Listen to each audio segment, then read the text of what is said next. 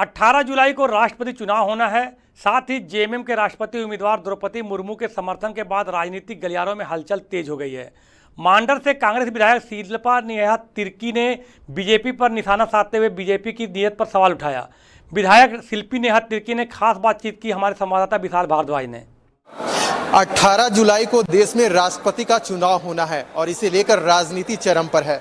इस वक्त हमारे साथ कांग्रेस की जो विधायक हैं शिल्पी नेहा तिर्की मौजूद हैं। मैम, आपसे जानना चाहेंगे कि राज्य में मौजूदा समय में गठबंधन की सरकार है, लेकिन जेएमएम ने घोषणा कर दी है कि हम द्रौपदी मुर्मू को समर्थन देंगे। कैसे देखते हैं? देखिए, कांग्रेस की यही खास बात है। हम में इतना सेक्युलरिज्म है कि हम एक दूसरे का जो विचार है उसको हम बिल्कुल रिस्पेक्ट करते हैं। जेएमएम ने भी कुछ सोच समझ के ही ये इतना बड़ा निर्णय लिया होगा, तो हम उनका डिसीजन को रिस्पेक्ट करते हैं।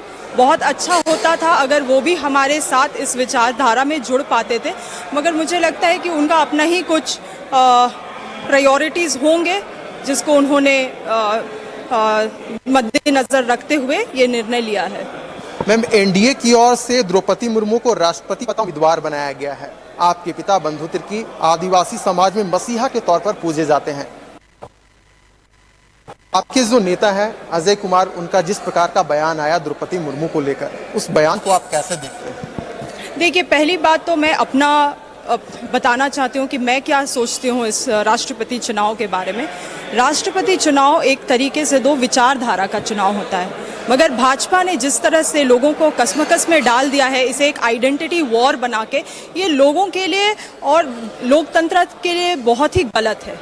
मैम, भारतीय जनता पार्टी के जो भी नेता हैं उनका कहना है कि लंबे समय तक देश में कांग्रेस ने शासन किया और आदिवासियों को हमेशा छलने का काम किया। आज हमारी सत्ता है और हम आदिवासियों को उनका हक और अधिकार दिलाने का काम कर रहे हैं। कैसे देखते हैं इस पूरी प्रक्रिया को? पहली बात, कांग्रेस ने हमेशा से आदिवासी के हित में काम किया है। जो स्वतंत्रता का संग्राम था वो कांग्रेस का था। आप भाजपा कहाँ थी उस वक्त? बीजेपी तो थी ही नहीं। जो लड़ाई लड़ा वो हम कांग्रेस, हमारे पूर्वजों ने, कांग्रेस के पूर्वज ने लड़ा। झारखंड में शुरू से ही अगर आप देखिए तो यहाँ पे कांग्रेस का ही पकड़ था। लोग कांग्रेस के, महात्मा गांधी जी के विचारधारा से टाना भगत है, आदिवासियां हैं, वो जुड़ते हैं इस चीज़ से।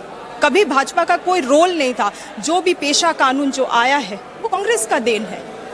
जो लैंड प्रोटेक्शन एक्ट है, सारा ये कांग्रेस का देन है। आपने क्या किया आदिवासियों के लिए? कुछ भी नहीं किया है। और आज जस्ट बिकॉज आप वोट बैंक, आने वाले चुनाव के लिए आप अपना वोट बैंक को बढ़ाना चाहते हैं, आप क्या इस कारण से महिला आदिवासी को आप उस पद में बैठाने का कोशिश करें?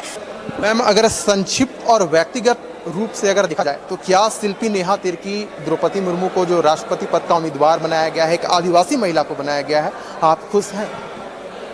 मैंने जिस तरह से आपको कहा, मैं बहुत खुश होंगी अगर एक आदिवासी महिला इस पद में बैठती है। मगर ये भाजपा ने इनको क्यों चुना, हमारे लिए एक सवाल है। हम आदिवासियों के लिए सवाल है। आप हमारे लिए कुछ भी, हमारे फेवर में आप कुछ भी पॉलिसीज नहीं बना रहे हैं। जिस पॉलिसीज के लिए हम रिक्वेस्ट भी कर रहे हैं उसको भी आप बेदखल कर दे रहे हैं। तो फिर आपने क्यों आदिवासी महिला को वहां पे चुना है?